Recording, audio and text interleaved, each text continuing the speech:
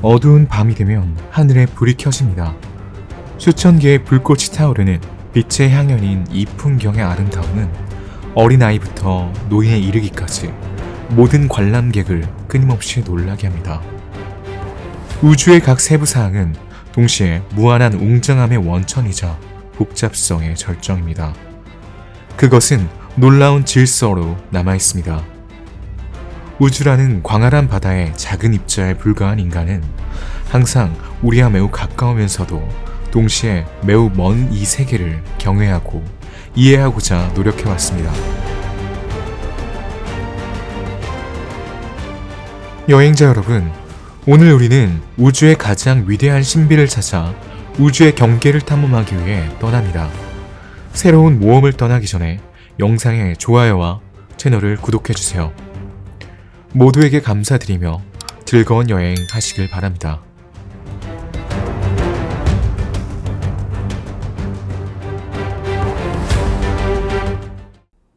오늘날 우리가 태양계와 우리를 둘러싼 우주에 대해 많은 것을 알고 있지만 아직 발견되지 않은 모든 것에 비하면 극히 일부에 불과하다는 사실이 남아 있습니다.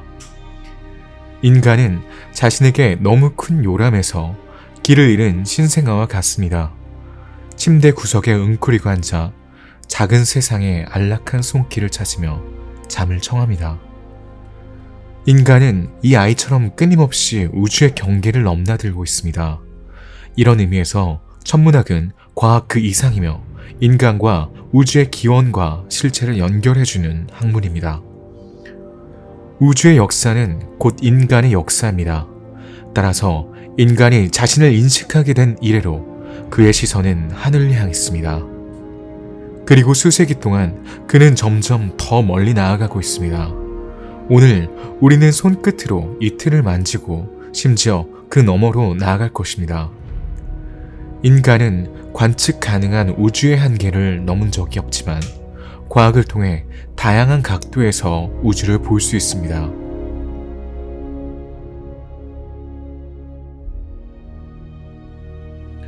우주 여행을 통해 우리는 관측 가능한 한계에서 가장 먼 곳까지 태양, 달, 화성과 같은 천상의 주민들을 만나러 떠날 것입니다. 그런 다음 우리가 인식하지 못하는 우주를 상상하는 이론을 분별하기 위해 저 너머에 문을 밀 것입니다. 우주는 계속 존재해왔으며 앞으로도 존재할 모든 것의 전체로 정의됩니다. 과학적 관점에서 우주는 시공간에 분포된 물질과 에너지의 전체로 이해됩니다.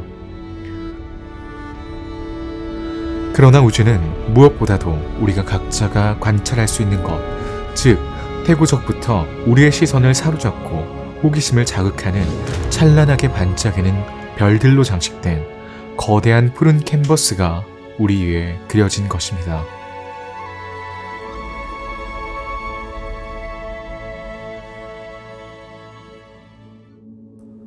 천문학의 역사는 인간이 하늘을 향해 눈을 떴던 선사시대부터 시작됩니다.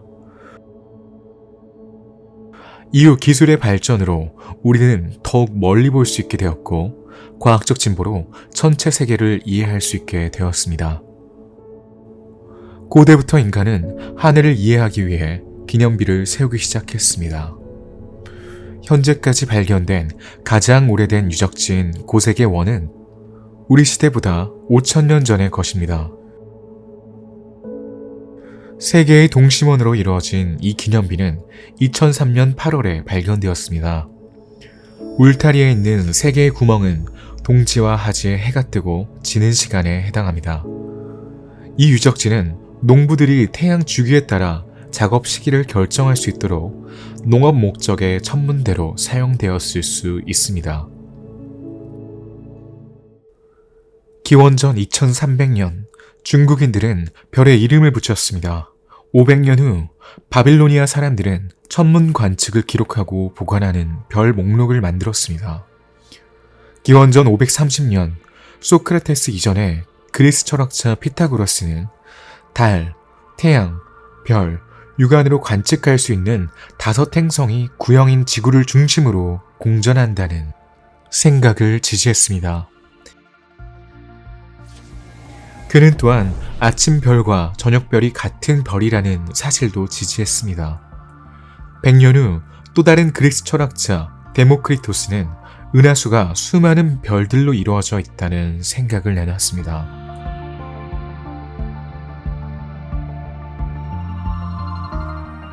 중세까지 발견은 서로 이어졌습니다. 최초의 초신성과 헨리 해성이 관측되었습니다. 이 기간 동안 그리스인들은 아스트로라벨을 발명했습니다. 이 천문 관측 도구는 별의 높이, 특히 태양의 높이와 방향을 측정할 수 있게 해줍니다. 최초의 태양 중심 이론은 그리스의 수학자이자 천문학자인 사모스의 아리스타르쿠스가 달과 태양의 일식에 대한 해석을 바탕으로 개발했습니다. 140년에 천문학자 조지 프톨레마이오스는 당시의 모든 천문학적 지식을 모아 지구를 우주의 중심에 두는 지동설을 종합적으로 제안한 고대 저작인 알마게스트를 저술했습니다.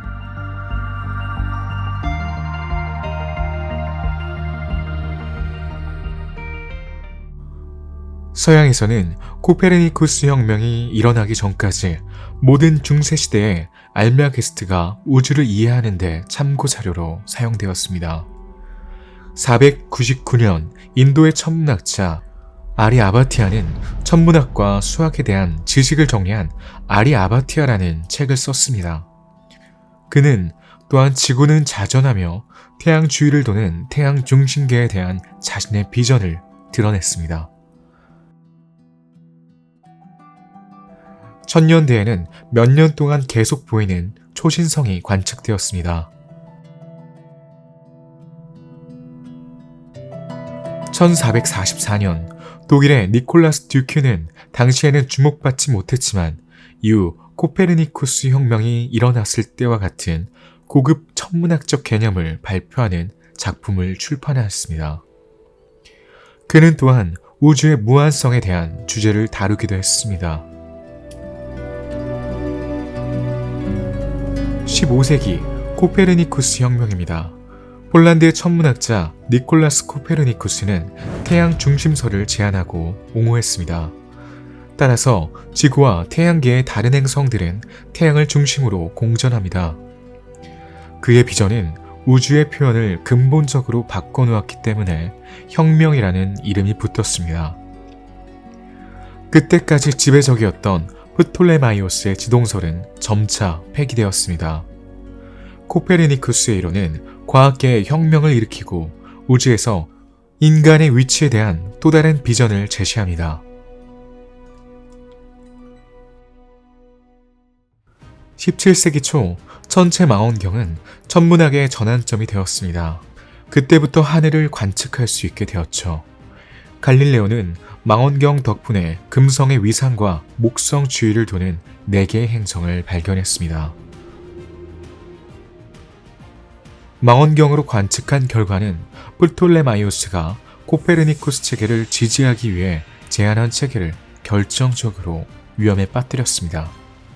1619년 서로 공전하는 쌍성들이 발견되면서 우리 행성계 외에 다른 행성계가 있을 것이라는 추측이 다시 불붙었습니다. 1668년 아이작 뉴턴은 거울 망원경을 발명했습니다. 영국의 천문학자이자 물리학자인 그는 유리 렌즈 대신 광택이 나는 금속으로 만든 포물선 거울로 빛을 집중시키는 것을 상상했습니다.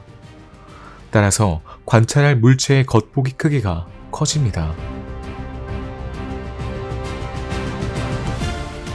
뉴턴은 또한 중력 상대성 이론을 비롯한 수많은 이론 덕분에 유명해졌습니다.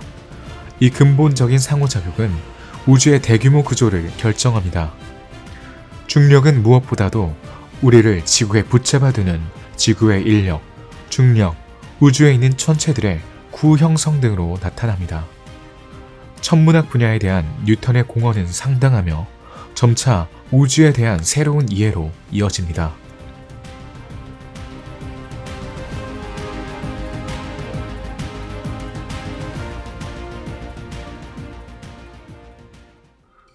이것이 바로 계몽주의 시대가 도래한 이유입니다. 광학기기가 발명된 이후 과학적 발견이 이루어지면서 이 시기는 교육받은 사람들이 과학적 발견을 공유하고 토론하고자 하는 열망으로 가득 차게 됩니다. 과학 대중화를 위한 작품들이 대량으로 출판되어 천문학 분야는 자연과학 분야에서 가장 많이 쓰여진 분야 중 하나가 되었습니다. 디드로와 달렘베르의 백과사전은 일련의 문서화된 저술을 통해 태양계 중심계를 아낌없이 묘사하며 전체 사회가 태양 중심계에 접근할 수 있도록 하는 데 기여했습니다. 1700년대 말 별들 사이에서 혜성으로 분류되던 천왕성은 망원경 덕분에 마침내 행성으로 간주되어 최초로 발견되었습니다. 천왕성의 발견으로 토성에 의해 제한되었던 태양계의 한계가 확장될 수 있었습니다.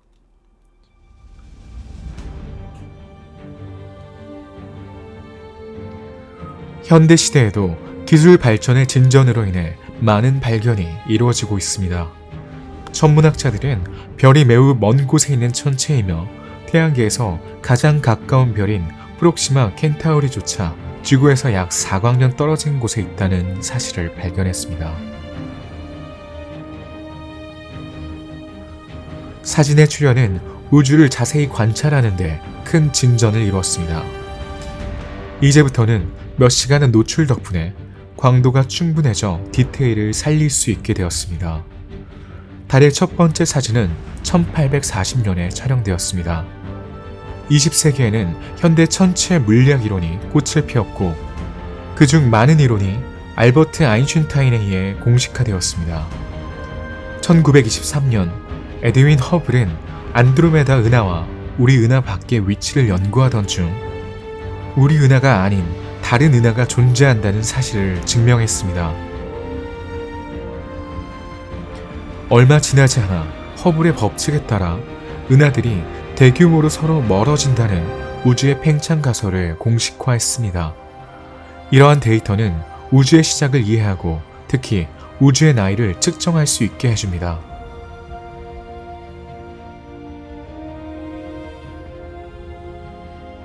전후에는 전파 천문학이라는 새로운 접근법이 등장했습니다. 이 천문학 분야는 무선 주파수를 사용하여 하늘을 관측한다는 것을 다룹니다. 즉, 카메라와 컴퓨터의 도움으로 별과 행성을 빛으로 연구하는 대신 분석하기 위해 포착되는 것은 방출되는 전파가 될 것입니다. 이 연구를 위해서는 1971년에 최초로 사용된 전파 망원경이라는 무겁고 위협적인 장비가 필요합니다. 전파 천문학은 우리 은하의 구조, 태양의 물리적 과정 또는 우주의 우주론적 매개 변수의 정밀도와 같은 특정 분야를 더 잘 이해할 수 있게 해줍니다. 동시에 소련과 미국 간의 치열한 경쟁으로 특징 지어지는 우주 탐사에서는 천문학의 진보를 상징하는 주요 사건들이 관찰되었습니다. 인간은 달 위를 날고 걸었습니다. 그러나 오늘날 달 너머의 우주는 인간을 발견의 세계로 불러들이는 또 다른 우주입니다. 탐사선과 우주 왕복선을 통해 연구 범위가 넓어졌습니다. 우주 물질의 구성과 먼 천체에 대한 조사는 계속되고 있습니다. 가이퍼 벨트 너머의 해왕성 천체 목록은 점점 더 길어지고 있으며 현재까지 알려진 행성에서 우리와 같은 형태의 생명체가 발달했을 가능성도 배제할 수 없게 되었습니다. 우주에 대한 이해의 거대한 퍼즐이 서서히 모습을 드러내며 언젠가는 우주가 어떻게 형성되었을지 이해할 수 있게 될 것입니다. 오늘날 대다수의 과학자들은 우주의 기원과 형성을 설명하는 우주론적 모델에 동의하고 있습니다. 빅뱅은 100억 년에서 200억 년 전에 일어난 거대한 폭발로 우주의 공간, 시간, 물질, 에너지가 생성되었다는 이론입니다. 138억 년 전 이 격렬한 폭발로 우주의 모든 물질이 한 지점에서 나타났습니다. 그 물질은 엄청나게 빠른 속도와 높은 온도에서 10초에서 34초마다 크기가 2배로 커지고 공간이 만들어지는 놀라운 속도로 발전했습니다. 물질과 반물질 입자로 변환된 에너지는 양성자와 중성자가 생성될 수 있는 아주 작은 부분을 제외하고는 대부분 파괴됩니다. 몇 분 안에 이들은 융합하여 수소와 헬륨 핵을 형성합니다. 30만 년 후 이 핵은 전자를 포획하여 원자를 형성합니다. 그 후 우주는 수소와 헬륨 구름으로 가득 차게 됩니다. 이제 광자는 자유롭게 움직이며 투명한 우주의 시작을 알립니다. 우주는 계속 진화하여 별인 가스덩어리가 형성되고 태양 주위를 공전하는 행성이 형성되고 마지막으로 지구가 형성될 것입니다. 끊임없는 진화가 오늘날 우리가 알고 있는 우주로 이어질 것입니다. 빅뱅 이론은 우주의 팽창이라는 개념에 의해 과학적으로 뒷받침되었습니다. 우주론에서 우주의 팽창은 은하 사이의 거리에 의해 정의됩니다. 이 거리는 항성 전체의 움직임이나 크기 증가로 해석되는 것이 아니라 우주의 확장으로 해석됩니다. 따라서 물체들은 서로 멀어지게 됩니다. 우주의 팽창에 대한 발견은 20세기에 여러 단계에 걸쳐 이루어졌습니다. 당시에는 망원경을 통해 많은 천체를 관찰할 수 있었습니다. 모두 성운, 가스, 성간 먼지 클러스터로 간주되었지만 은하도 포함되었습니다. 이러한 성운의 성격과 거리에 대해 과학계는 의문을 품었습니다. 1914년 미국의 천문학자 베스토 슬리퍼는 이 유명한 성운이 지구에서 멀어지는 경향이 있다는 것을 발견했습니다. 이 성운의 속도를 측정한 결과 과학자는 성운의 빠른 움직임이 중력과 관련이 없는 것처럼 보였기 때문에 성운이 은하수에 속하지 않아야 한다고 결론지었습니다. 그런 다음 이러한 물체의 거리를 계산하는 방법을 결정해야 했습니다. 1920년 위대한 논쟁이 시작되었습니다. 이 과학회의는 성운의 본질과 거리를 정의하는 것을 목표로 했으며 마침내 은하로 판명되었습니다. 이 논쟁의 가장 유명한 날짜는 4월 26일에 열렸습니다. 할로우 샤플리와 헤버 커티스는 특히 안드로메다 은하를 중심으로 성운의 외계성 여부에 대해 서로 반대했습니다. 할로우 샤플리는 관측 가능한 우주가 은하수 너머로 확장되지 않는다는 생각을 옹호했고 커티스는 그 반대의 생각을 옹호했습니다. 이 논쟁은 몇 년 전 베스토 슬리퍼의 발견으로 더욱 풍부해졌지만 확실한 결론에 도달하지 못했습니다. 5년 후 우주의 본질에 대한 이해에 큰 진전을 이룬 미국 천문학자 에드윈 허블의 개입으로 이 논쟁은 종결되었습니다.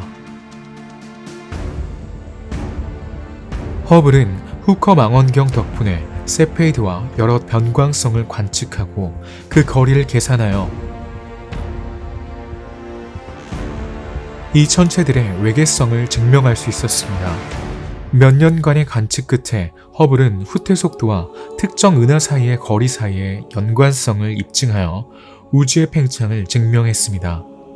1927년 벨기에의 천문학자이자 물리학자인 조르주 르메트르는 은하가 팽창으로 인해 거리에 비례하는 속도로 멀어지는 것처럼 보이는 우주 모델을 정의했습니다.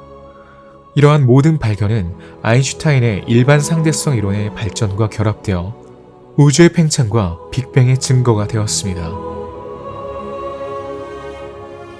우주의 팽창은 멀리 있는 천체의 거리가 멀어진 것으로 나타납니다. 그럼에도 불구하고 천체의 위치 이동은 인간의 눈으로는 너무 느리기 때문에 우리가 볼 수 없습니다. 따라서 과학자들은 적색 편의 현상을 관찰하는 데 동의했습니다. 은하가 방출하는 빛의 파장, 즉 스펙트럼은 팽창으로 인해 증가하여 적색으로 이동합니다. 따라서 팽창하는 우주에서는 적색 편의가 높을수록 은하가 더 멀리 떨어져 있습니다. 우주의 팽창 현상을 탄성 웹의 이미지로 상상하는 것이 더 쉽습니다.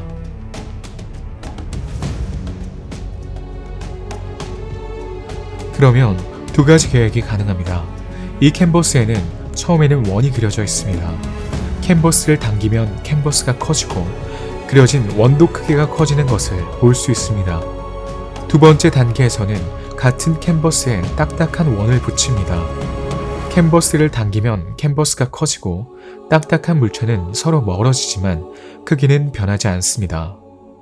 이 마지막 현상은 우주가 팽창하는 동안 발생합니다. 일반 상대성 이론의 법칙에 따라 우주는 다양한 형태의 물질이 가하는 힘에 영향을 받기 때문에 정지 상태를 유지할 수 없습니다. 하지만 1998년 새로운 발견이 과학계를 뒤흔들었습니다. 우주가 팽창하고 있을 뿐만 아니라 이 팽창이 지속적으로 가속화될 것이라는 사실이 밝혀진 것입니다.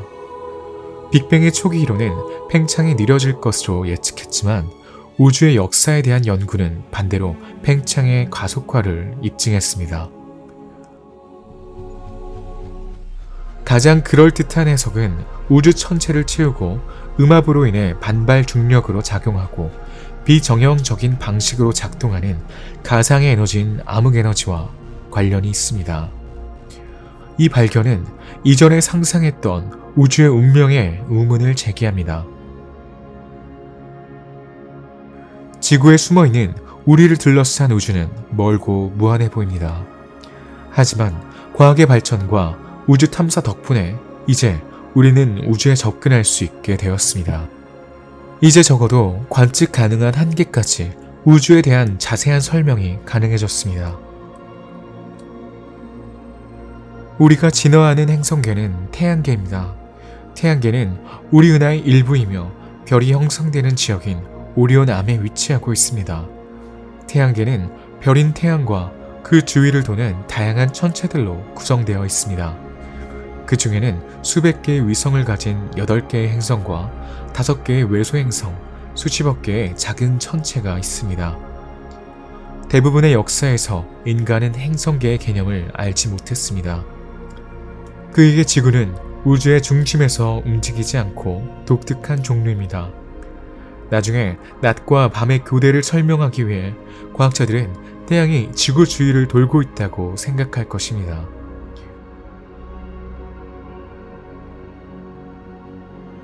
지구에서 가장 가까운 행성인 수성, 금성, 화성, 목성, 토성은 선사시대부터 인간이 육안으로 관찰할 수 있었기 때문에 알려져 왔습니다. 17세기부터 천문학자들은 망원경 덕분에 마침내 태양계를 있는 그대로를 관찰할 수 있게 되었습니다. 갈릴레오는 망원경을 통해 달의 크레이터와 같은 다른 천체의 세부 사항을 최초로 관찰한 사람 중 한 명입니다. 이러한 획기적인 관측은 니콜라우스 코페르니쿠스가 발전시킨 태양 중심 모델에 대한 아이디어를 정당화했습니다. 물리학, 천문학, 우주론은 큰 발전을 이루었고 태양계를 더 잘 이해할 수 있게 되었습니다. 1755년 엠마누엘 칸트와 피에르 시몽 드 라플라스가 제시한 가설에 따르면 태양계는 46억 년 전 가스 구름인 태양 성운에서 형성되었다고 설명합니다. 태양계를 구체적으로 표현하기 위해 먼저 태양이라는 별이 타오르고 있는 모습을 상상해 봅시다. 우리 행성계의 중심 별인 태양 주위를 도는 8개의 행성, 5개의 외소행성, 오늘날 우리가 알고 있는 수백만 개의 소행성들이 있습니다. 75%의 수소와 25%의 헬륨으로 구성된 태양은 전체 질량의 99.8%를 차지하는 태양계에서 가장 무거운 천체입니다. 그 구성과 중심부의 극한 조건으로 인해 이 별은 기원전 5세기 중엽 그리스 철학자 클라조 메네스의 아낙사고루스가 정의한 불덩어리와 완벽하게 유사합니다.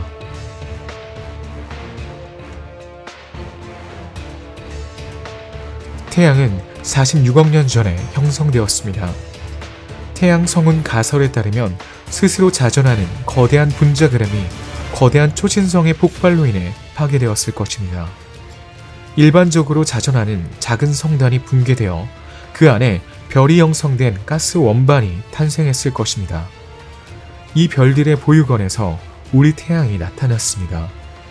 태양은 수명의 절반에 이르렀습니다. 수소가 모두 소진되면 태양은 돌이킬 수 없을 정도로 구조가 변하고 적색 거성 단계에 접어들 것입니다. 더 커지면 수성, 금성, 지구를 흡수할 것입니다. 표면의 온도가 낮아지고 색이 점차 빨갛게 변합니다. 수소가 부족하면 수십억 년 동안 핵에 축적된 헬륨으로 핵 공정을 계속할 것입니다. 시간이 지남에 따라 완전히 냉각되어 수십억 년 후에 멸종될 때까지 백색 외성이 될 것입니다. 태양은 빛의 형태로 우리에게 지구와 생명을 유지하는 데 필요한 에너지를 제공합니다. 태양이 없다면 지구는 영하 270도까지 냉각될 것입니다. 지구의 대기 전체가 지구 표면에 얼음층을 형성하여 우리가 숨을 쉴 수 없을 것입니다. 태양은 또한 지구를 공전하는 궤도에 유지하는 역할도 하는데 별이 없다면 지구는 우주에서 떠오를 것이고 다른 천체와 충돌할 수도 있습니다. 태양에 가장 가까운 천체는 수성입니다. 수성은 태양에 가깝기 때문에 관측하기 어렵습니다.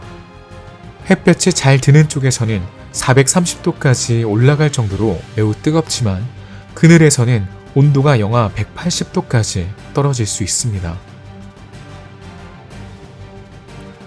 다음으로 도착하는 금성은 태양과 달 다음으로 우리 태양계에서 가장 밝은 별이라고 알려져 있습니다. 흔히 양치기의 별이라고 불립니다. 열이 강렬하고 화산 활동이 매우 활발합니다. 이 행성은 화학 성분과 밀도가 비슷하고 크기가 거의 같기 때문에 오랫동안 지구와 가장 유사한 행성으로 여겨져 왔습니다. 이제 금성을 떠나 우리가 사랑하는 지구에 도착합니다. 인간을 보호하고 생명의 출현과 진화를 가능하게 한 행성입니다. 지구의 나이는 45억 4천만 년으로 추정됩니다. 비교적 젊은 지구의 표면은 여러 지각판으로 나뉘어져 있습니다. 지구의 대기는 주로 질소와 산소로 구성되어 있으며 아로근과 이산화탄소와 같이 풍부하지 않은 가스가 미량 포함되어 있습니다. 오늘날 지구는 생명체, 지능이 출현할 수 있는 최적의 조건을 갖춘 우주에서 유일하게 알려진 행성입니다. 유일한 위성인 달인 약 30만 킬로미터의 궤도를 돌고 있습니다. 광학기기가 없어도 우리가 이미 잘 관측하고 있는 달을 살펴봅시다. 자연위성은 자신보다 큰 다른 천체, 행성 또는 외소행성 주위를 공전하는 천체로 정의됩니다. 위성은 공전하는 행성과 동시에 형성되거나 후자에 의해 포착된 별일 수도 있고 별과 행성의 충돌로 생성되었을 수도 있습니다. 달의 형성을 설명하는 가장 유력한 가설은 거대한 충돌입니다. 화성과 유사한 원시 행성인 테이아와 원시의 지구 충돌로 인해 지구 주변에 많은 양의 파편이 전이되어 투사되었을 것입니다. 이 잔해의 일부가 뭉쳐서 약 1세기 후에 달이 형성되었을 것입니다. 달은 이제 많은 우주 탐사의 목적지였기 때문에 우리가 잘 알고 있는 위성이 되었습니다. 지구에서 달에 도달하려면 단 3일만 여행하면 됩니다. 달 탐사에 대한 관심은 1957년부터 1975년 사이에 우주 경쟁에 의해 촉발되었습니다.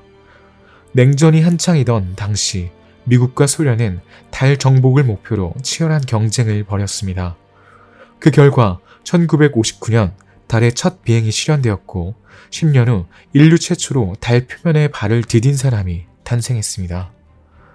오늘날 100개가 넘는 로봇이 분석하고 12명의 인간이 방문하면서 인간은 그것을 알기 시작했습니다.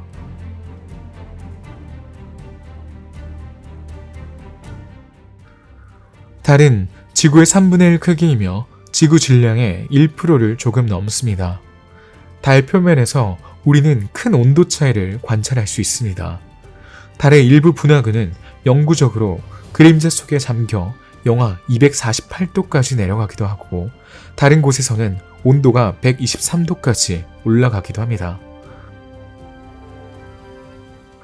달의 표면은 분화구, 해성, 소행성 파편, 운석 충돌, 먼지로 덮여 있습니다.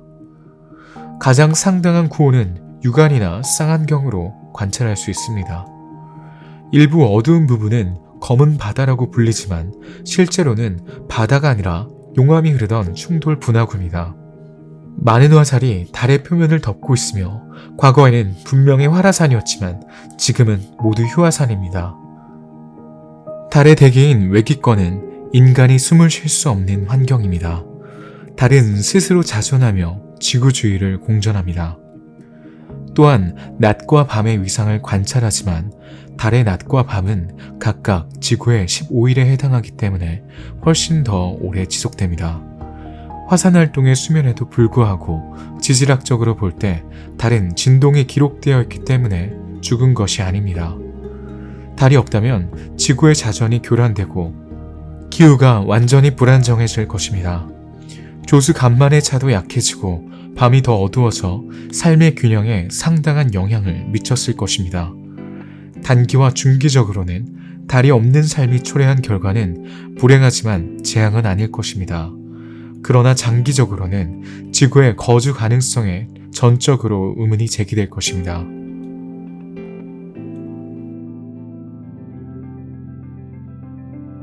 선사시대부터 알려진 화성은 태양에서 2억 2,700만 킬로미터 떨어진 네 번째이자 마지막 텔루르 행성입니다.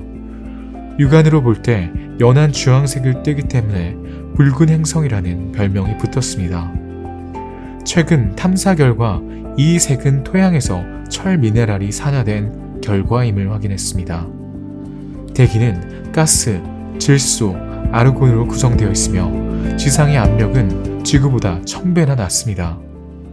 높은 고원에 의해 그려진 이곳은 높이 20km, 지름 400km의 화선이 절정에 달하는 복잡하고 다양한 풍경을 제공합니다. 태양계에서 가장 높은 산인 높이 22.5km, 폭 648km의 올림푸스 몬스 옆에 보호소가 있습니다. 또한 표면에는 2500km가 넘는 거대한 단층인 발레스 마리네리스 단층이 있습니다. 일부 사진에서는 강바닥과 지류가 있는 것처럼 보이기 때문에 화성에서 한때 물이 흐르고 있었을 것입니다. 화성은 대부분 암석과 금속으로 이루어져 있습니다. 평균 기온은 영하 63도 정도입니다. 쭉이 약간 기울어져 있는 화성은 계절의 영향을 받습니다. 매우 더운 여름에는 30도에 이르지만 저온은 영하 140도에 이르므로 과거에는 더 따뜻하고 습하고 액체 물이 저장되어 있었을 가능성이 있지만 추운 행성입니다. 구름이 눈에 띄지 않게 존재하지만 강수량은 없습니다. 그 표면은 만년설, 화산, 협곡으로 구성된 풍경이 있는 거대한 추운 사막과 비슷합니다. 일부 지역은 과거 호수의 존재를 연상시킵니다. 대기의 산소가 너무 약하기 때문에 공기는 사람이 숨을 쉴 수 없습니다. 이는 오랜 기간 동안 전체 승무원에게 산소를 공급할 수 있는 시스템이 필요하기 때문에 화성에서 계획된 우주 임무의 어려움 중 하나입니다. 이런 의미에서 인내심은 붉은 행성에 존재하는 이산화탄소로부터 산소를 생산하는 데 성공한 이후 큰 진전을 이뤘습니다.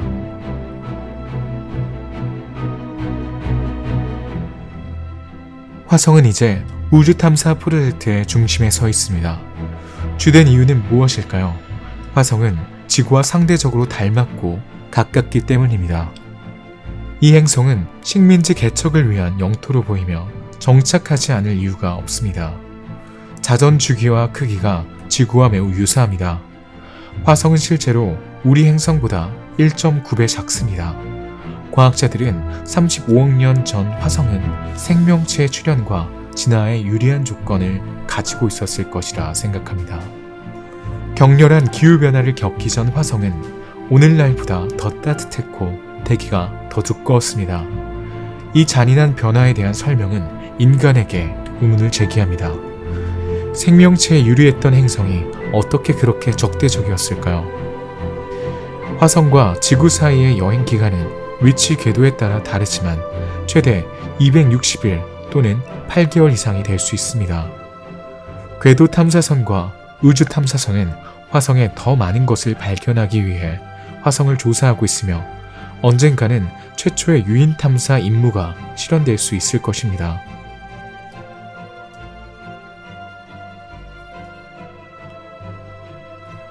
다음 행성인 목성에 도달하기 전에는 소행성 대가 있습니다.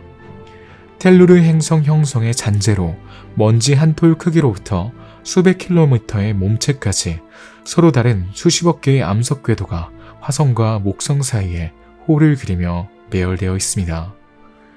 이 벨트 너머에는 존재하는 4개의 행성이 기체로 정의됩니다. 이 행성들은 주로 수소와 헬륨으로 구성되어 있기 때문에 단단한 표면을 가지고 있지 않습니다. 이들은 지상 행성보다 훨씬 크며 태양 주위를 도는 궤도 질량의 99%를 차지합니다.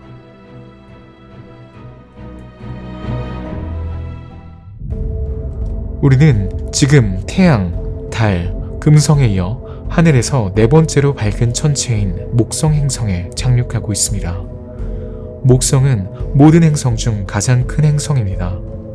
태양으로부터 평균 7억 7,800만 킬로미터 떨어져 있으며 별에서 나오는 빛이 도달하는데 43분이 걸립니다. 주로 움직이는 기체와 액체로 이루어져 있으며 어떤 종류의 생명체가 발달하기에는 특히 불리한 조건으로 보입니다. 목성에서 멀지 않는 곳에 태양계에서 2번째로 큰 행성이 있습니다. 바로 토성입니다. 얼음과 바위로 이루어진 고리로 유명해진 이 가스 행성은 과학자들이 가장 좋아하는 행성입니다. 태양으로부터 평균 14억 3천만 킬로미터 떨어진 곳에 위치해 있으며 1시간 19분 후에 빛을 받습니다. 토성 여행은 매우 장기적으로 가능합니다. 실제로 나사가 주도한 카시니 후이겐스 탐사선은 2664일, 즉 7년이라는 긴 여행 끝에 탐사선을 토성 궤도에 올려놓을 수 있었습니다. 토성은 지구보다 9배나 크지만 물보다 밀도가 낮습니다. 실제로 토성을 물로 가득 찬 거대한 욕조에 담그면 물에 뜨는 것과 같은 원리입니다. 육안으로도 관찰할 수 있는 토성은 고대부터 발견되고 관측되어 왔습니다. 목성과 마찬가지로 토성의 몸체는 본질적으로 기체와 액체로 구성되어 있어 구체적인 탐사에는 실용적이지 않습니다. 카시니 후이겐스 탐사선의 우주 탐사선은 토성 대기권으로 잠수하는 여정을 치명적으로 끝내면서 그 대가를 치렀습니다. 행성은 태양에서 멀어질수록 더 추워지며 토성도 평균 기온이 영하 140도에 달하는 예외는 아닙니다. 태양계의 다른 행성들과 비교했을 때 토성을 더욱 특별하게 만드는 화려한 고리, 즉 행성고리에 대해 다시 한번 알아봅시다. 목성, 천왕성, 해왕성 등 여러 행성에 행성고리가 있지만 가장 먼저 발견되어 가장 중요한 것은 토성의 행성고리입니다. 1610년 처음으로 토성을 관측한 갈릴레오는 토성을 2개의 위성을 가진 행성으로 정의했습니다. 2년 후 관측 도구가 개선되면서 그는 이번에는 고리를 2개의 반타원으로 규정하게 됩니다. 40년 후 천문학자이자 물리학자인 크리스티안 후이겐스는 위성이 아니라 고리로 둘러싸인 별을 묘사했습니다. 19세기 말까지 이러한 발견은 서로 이어져서 작은 입자로 이루어진 여러 개의 고리가 존재한다는 사실을 밝혀냈습니다. 천왕성의 고리는 1977년, 목성의 고리는 1979년, 해왕성의 고리는 1984년에 확인된 이후 다른 행성 주변에 고리가 존재한다는 사실이 밝혀진 것은 아주 최근의 일입니다.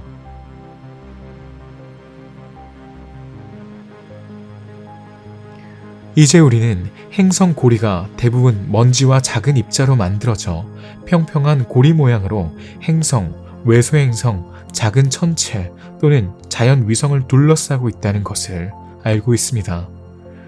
행성 고리 형성 기원에 대한 가설이 공식화되었지만 아직 승인된 것은 없습니다. 토성의 고리에 관한 한 토성의 고리는 카이퍼 벨트 천체들이 행성의 인력에 의해 본질적으로 분해되어 형성되었을 것입니다. 토성에는 7개의 주 고리와 피비 고리라고 불리는 매우 큰 외륜, 그리고 여러 개의 고리가 있습니다. 피비 고리의 지름은 1200만 킬로미터입니다. 육안으로 볼 수 있다면 그 크기는 보름달 2개와 맞먹을 것입니다. 토성의 고리는 태양 빛의 60%를 반사합니다. 2018년 연구에 따르면 토성의 고리는 2억 9,200만 년이 지나면 사라질 것이며 그 기원은 훨씬 더 웅장했을 것이라고 합니다. 이제 천왕성과 해왕성에 대해 알아봅시다.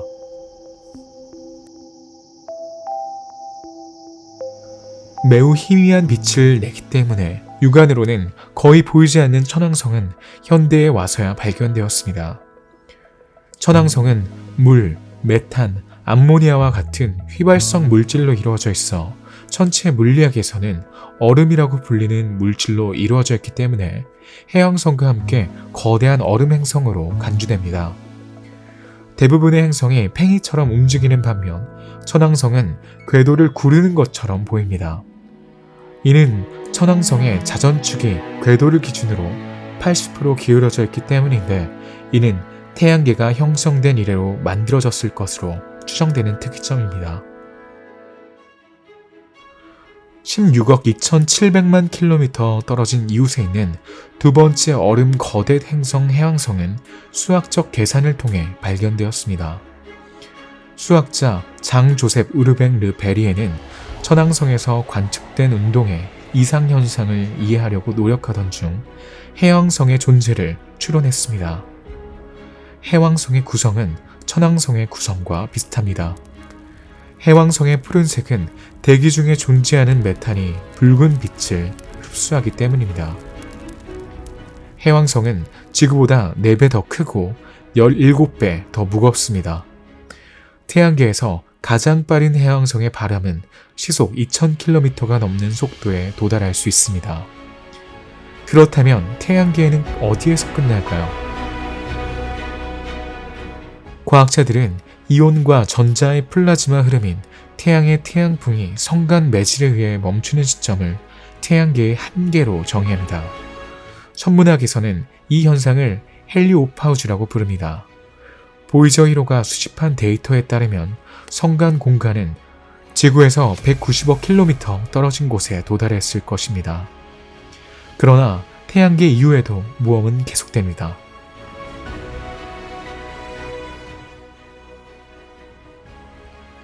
천문학자들은 이제 우주에서 더 멀리 떨어진 곳까지 천체를 관찰할 수 있게 되었습니다. 최첨단 망원경 덕분에 수백억 년을 여행한 별들이 발견되었습니다. GNG11 은하와 이카루스 별이 그 예입니다.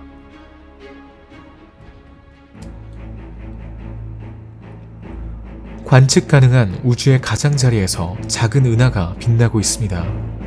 북두칠성 자리에 위치한 GNG11이라는 이름의 작은 별 그룹은 2016년 3월 현재 관측된 은하 중 가장 멀고 가장 오래된 은하입니다. 이 은하의 특이한 이름은 그 위치에서 파생된 것입니다. 이 은하는 134억 년 전에 형성되었습니다. 이것은 우주 존재의 시간의 거의 97%에 해당합니다.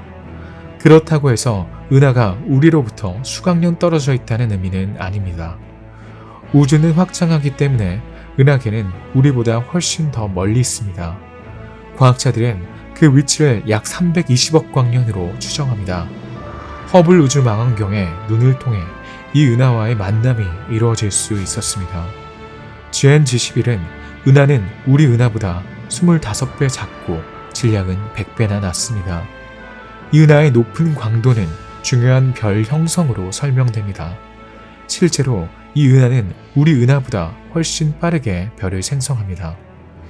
이 매우 뜨겁고 거대한 별들은 우주의 시작에 남아있었던 별들을 연상시킵니다.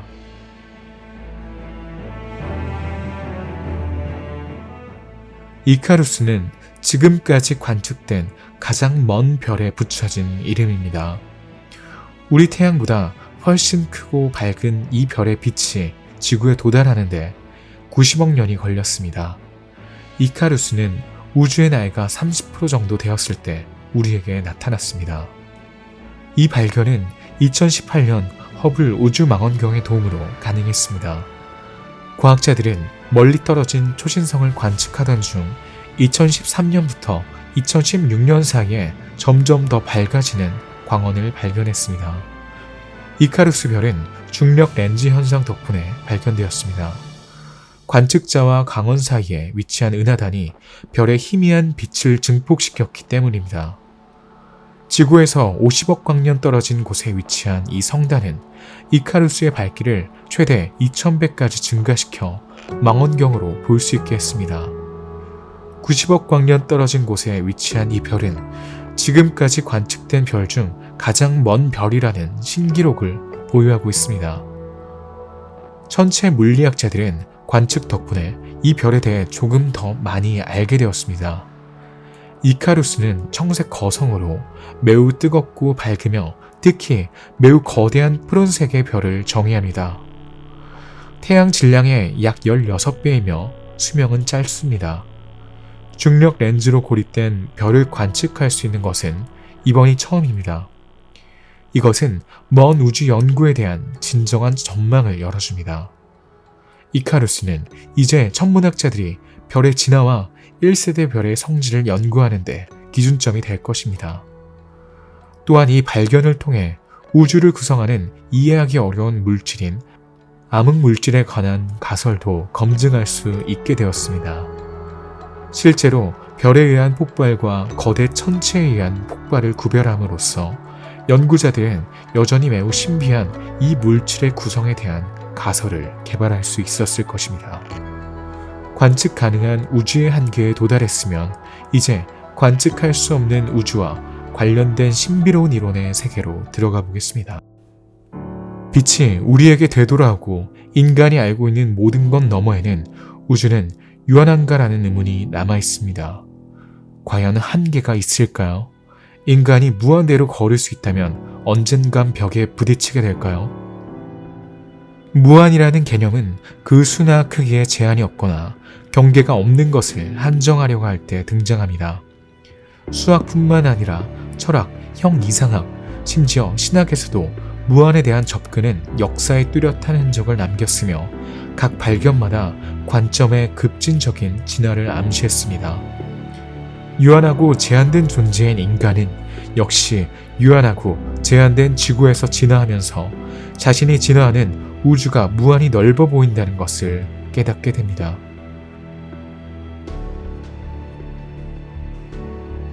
하지만 자연의 물리적인 현실에서 무한에 대해 어떻게 이야기할 수 있을까요? 현재로서는 우주가 유한한지 무한한지 절대적으로 확언할 수 있는 과학적 데이터는 없습니다. 우주의 역사, 기능, 미래를 이해하기 위해 우주의 설명을 투영하려는 이론만이 존재할 뿐입니다. 우주의 유한성 또는 무한성은 우주의 기하학적 구조와 밀접한 관련이 있습니다. 아마도 닫힌 우주라는 가설에서 우주는 구의 모양을 가질 것입니다. 이 기하학은 유한한 공간이지만 끝이 없는 공간을 의미합니다. 같은 방식으로 우리는 구형인 지구 주위를 멈추지 않고 걸을 수 있습니다. 닫힌 우주는 가장자리, 즉 경계가 있다는 것을 의미하며 우주는 언젠가 팽창이 멈출 수 있을 만큼 충분한 질량을 갖게 될 것입니다. 또한 우주는 무한대로 팽창한다는 것을 의미하는 한계가 없는 평평한 우주일 수도 있습니다. 그리고 오늘날 과학계에서 가장 많이 받아들여진 세 번째 형태는 대규모 평평한 우주의 방향으로 나아가는 것처럼 보입니다. 우주론적 배경에 대한 연구는 반복이 아닌 변측을 관찰했는데 이는 우주가 평평하지만 복잡하거나 구겨진 모양을 가지고 있음을 암시할 수 있습니다. 평평한 우주라는 개념은 무한한 우주라는 개념과 양립할 수 있습니다. 우리는 육안으로 하늘을 바라보기만 해도 무한한 광활한 우주를 볼 수 있습니다. 하지만 기술과 과학의 발전으로 인간은 얼마나 멀리 별을 향해 나아갈 수 있을까요?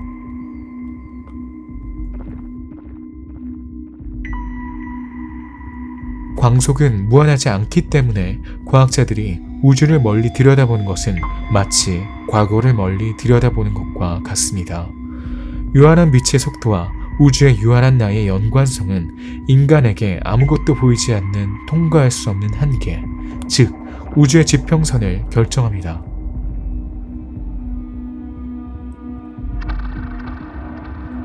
빛이 우리에게 도달하려면 시간이 필요하지만 우주는 138억 년이 되었기 때문에 가능한 여행 시간은 무한하지 않습니다. 즉, 180억 광년 떨어진 은하계는 우리의 우주적 지평선 너머에 있다는 뜻입니다. 선원들이 배의 망루에서 수평선을 관찰할 때 보이는 지평선 너머로 바다가 계속 이어지듯이 우주는 우주의 지평선 너머에 존재합니다. 우리는 단지 그것을 보지 못하기 때문에 보이지 않는 우주 또는 관측할 수 없는 우주라는 이름이 붙었습니다.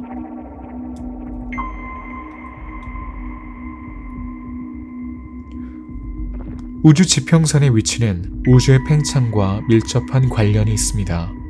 실제로 우주가 움직이지 않는다면 지구에서 138억 광년 떨어진 곳에 위치한 물체가 방출하는 광자를 감지할 수 있습니다. 그러나 우주의 팽창으로 인해 광자를 방출하는 문제의 물체는 빛이 이동하는 동안 멀리 이동했습니다. 결국 그것은 우리에게서 138억 광년 이상 떨어진 곳에 위치하게 됩니다. 이것이 바로 우리의 우주 시야에서 물체가 서서히 사라지는 방식입니다. 부풀어 오른 풍선 표면의 자국처럼 우주를 구성하는 물체들은 우주 지평선의 경계를 지나 우리 시야에서 사라질 때까지 서로 멀어지고 있습니다. 너무 빨리 멀어지기 때문에 빛이 더 이상 우리에게 도달하지 않습니다. 관측할 수 없는 우주에 휩싸여 더 이상 존재하는 것은 보이지 않아서가 아니기 때문에 다음과 같은 것들이 연구의 매력적이고 매혹적인 주제가 되고 있습니다. 하지만 보이지 않는 우주의 이 부분에는 무엇이 포함되어 있을까요? 태양 주위를 도는 행성이 8개라는 사실을 알기 전에는 지구만 있다고 생각했습니다. 은하수에 수천억 개의 태양이 있다는 사실을 알기 전에는 은하수가 유일무이하다고 생각했습니다. 관측 가능한 우주에 수십억 개의 은하가 있다는 사실을 발견하기 전에는 우리 은하가 유일한 은하라고 생각했습니다. 이제 인간이 관측 가능한 우주의 한계에 도달하는 것은 불가능하지만 많은 과학자들은 그 너머에 무엇이 있을지에 대한 이론을 개발하고 있습니다. 그 중에서도 다중우주라고 불리는 수많은 우주가 존재한다는 주장이 힘을 얻고 있습니다.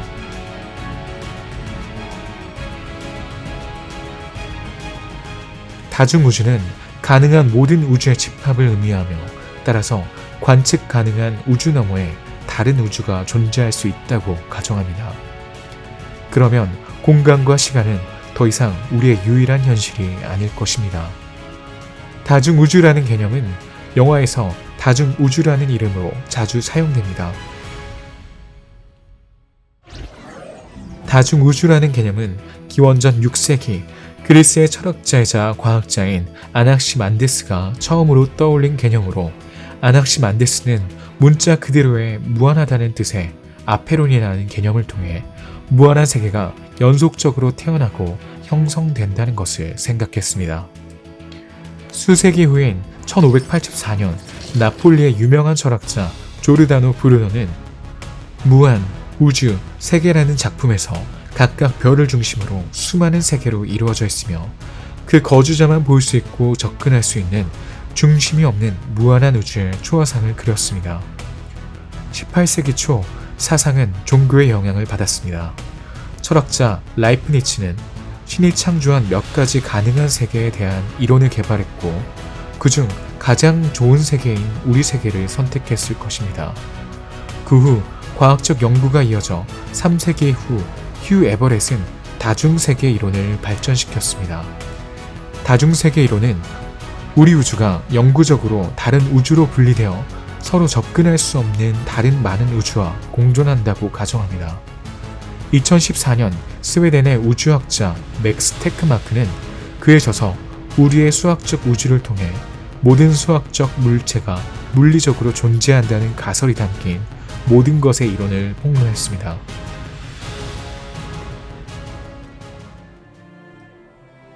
맥스 테크마크는 다중우주를 여러 단계로 정교하게 분류했는데 우리가 사는 우주는 그중 아주 작은 부분입니다. 1단계의 다중우주는 우주의 지평선 너머에 있는 우리 세계의 복사본입니다. 첫 번째 수준의 다중우주는 아인슈타인의 일반 상대성 이론에서 비롯됩니다. 일반 상대성 이론은 물질의 존재가 별의 활동에 미치는 영향을 설명하는 이론입니다. 아인슈타인은 평평하고 무한한 우주를 가정했지만 빛의 속도는 유한하기 때문에 우주의 일부분만 관측할 수 있습니다. 따라서 이 이론은 우주의 지평선 너머에 우리와 동일한 물리법칙을 따르는 다른 세계, 심지어 그 거주자까지 우리와 똑같은 우주의 버전이 존재한다는 것을 암시합니다. 이 이론에 따르면 우주의 지평선 너머에 또 다른 당신이 바로 지금 이 순간 다른 우주의 지구에서 이 영상을 보고 있을 것입니다. 언젠가 이 두 사람을 만나게 할 수 있을까요? 그렇지 않습니다. 수십억 킬로미터 떨어져 있기 때문에 그러한 대면 회의가 열릴 가능성은 거의 없습니다. 이 이론은 가장 쉽고 대중적인 우주론적 모델, 즉 물질의 규칙적인 분포를 의미하는 곡선이었고 무한한 공간을 해석한 것입니다.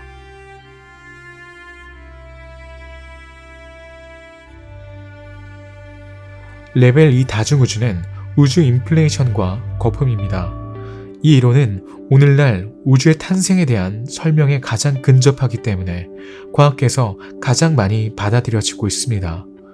우주 인플레이션이라고 불리는 이 다중우주 모델에서 우주는 관측 가능한 우주의 존재 초기에 매우 빠른 가속 팽창 단계를 거쳤을 것입니다. 그 후 우주의 팽창은 멈춰져 우리가 살고 있는 우주를 형성했지만 다른 곳에서는 다른 물리 법칙에 의해 지배되는 우리 우주와 유사한 다른 공간을 남기고 계속 진행되었습니다.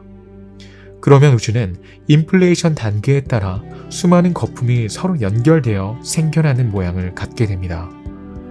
만약 거품 우주가 추축하여 소멸한다면 다른 우주가 다른 법칙에 따라 생성될 것입니다. 이것이 바로 영원한 인플레이션의 원리입니다. 우주 인플레이션으로 나타나는 다중우주는 형성되는 각 우주가 고유한 법칙을 가지고 있다고 가정합니다. 따라서 살 수 있거나 적대적인 수많은 현실이 존재할 것입니다.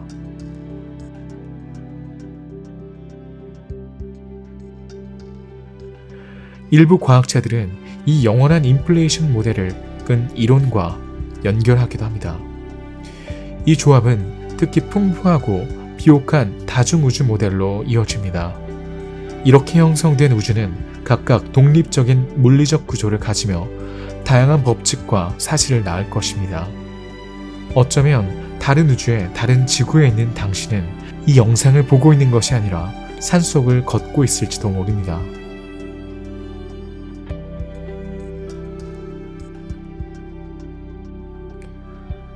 레벨 3 다중우주는 다중세계 또는 평행우주입니다.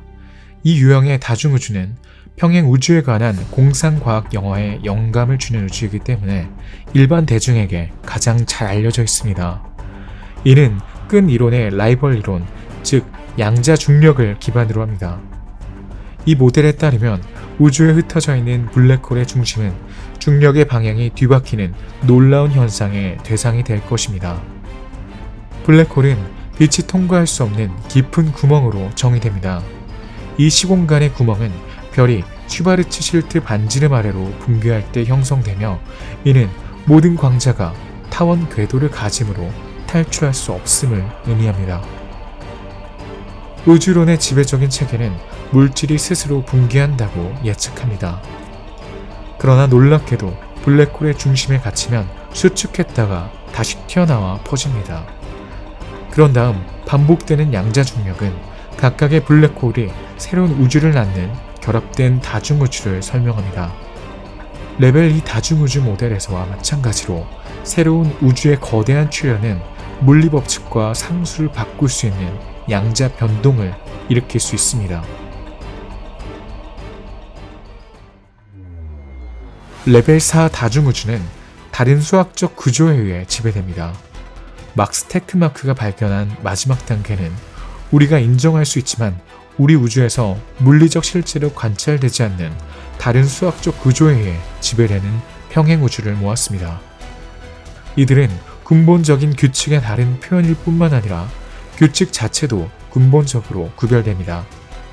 관측할 수 없는 우주에 자신을 투영한 사람은 맥스 테크마크만이 아니었습니다.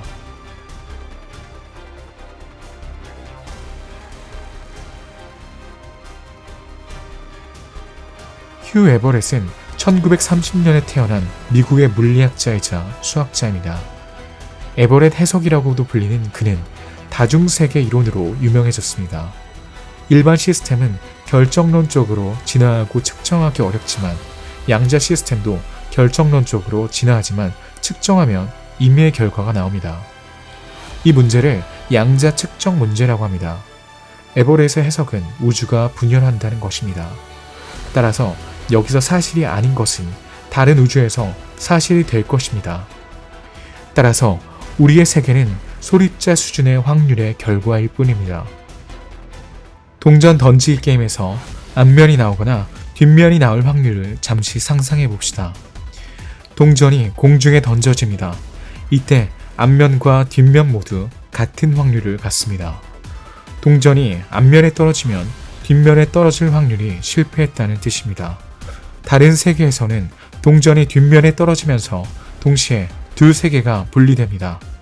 에버렛의 해석은 작용과 반작용의 원리를 기반으로 합니다. 평행 우주의 존재를 지지하는 이론을 개발하기 위해 노력한 또 다른 물리학자는 안드레이 린데입니다.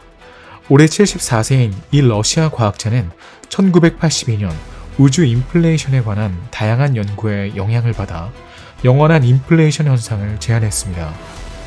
따라서 이 우주 인플레이션은 우주의 일부 영역에서 멈추고 다른 영역에서는 계속될 것입니다. 인플레이션이 끝나면 영역은 다시 구의 형태로 닫혀 우주 거품을 낳을 것입니다. 다중우주의 특징은 절대 만나지 않는다는 것입니다. 인플레이션이 멈추면 새로운 우주가 나타납니다. 그러나 각 우주 주변에서는 인플레이션이 계속되고 팽창이 계속되어 우주의 내부 팽창 속도보다 훨씬 빠른 속도로 우주들이 서로 멀어집니다. 우주는 물속의 기포와 같아서 기포 자체가 팽창하는 속도보다 훨씬 빠르게 팽창합니다.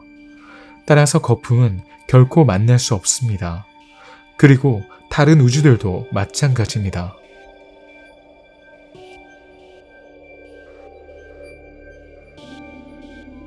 다중우주의 존재에 대한 모든 연구와 그럴듯한 이론에도 불구하고 평행세계를 관찰하고 측정하고 방문할 수 있는 가능성은 거의 제로에 가깝습니다. 스티븐 호킹은 사망하기 일주일 전 영원한 인플레이션으로부터 순조로운 탈출이라는 글에서 다중우주의 존재를 증명하려고 시도했습니다. 벨기에 우주학자 토마스 헤르토그와 공동으로 쓴 이 글에서 두 과학자는 영원한 인플레이션의 의문을 제기하고 덜 복잡한 가설을 제안함으로써 우주의 본질과 다중우주이론에 대한 자신의 생각을 드러냈습니다. 두 과학자에게는 다중우주는 모두 비슷하게 보이는 보다 관리하기 쉬운 우주들의 집합일 것입니다. 또한 빅뱅 당시 다른 우주가 우리와 동시에 나타났다면 그 흔적을 남겼을 것이라고 생각했습니다. 이것이 호킹과 허토그가 다른 우주에서 발생할 수 있는 방사선을 감지하기 위해 수학 공식을 개발한 방법입니다. 두 과학자의 연구는 다중우주에 대한 개념을 실험할 수 있는 과학적 프레임워크로 전환하는 것을 목표로 했습니다. 그 이후로 다른 우주의 흔적이 발견되었나요? 아니요. 2020년 나사가 평행 우주를 발견했다고 생각했을 때 잘못된 경보가 울렸지만 실제로는 일부 데이터의 이상현상이었습니다. 일부 물리학자에 따르면 중성자라는 일부 입자가 평행 우주에서 우리 우주로 통과할 수 있어 문지기 역할을 할 수 있다고 합니다. 거울 우주 이론은 힘과 입자 측면에서 우리와 거의 동일한 평행세계의 존재를 의미하지만 둘 다 접촉할 수 없습니다. 그러나 일부 입자, 더 정확하게는 중성자가 진동의 형태로 한 우주에서 다른 우주로 이동할 수 있다는 것이 밝혀졌습니다. 다른 세계에 대한 아이디어는 수많은 책, 영화, 만화, 공상과학 시리즈를 통해 우리에게 비전을 전달하는 작가들에게 영감을 줍니다. 그럼에도 불구하고 우주 지평선 너머의 세계가 어떤 모습일지는 여전히 미스터리로 남아 있습니다.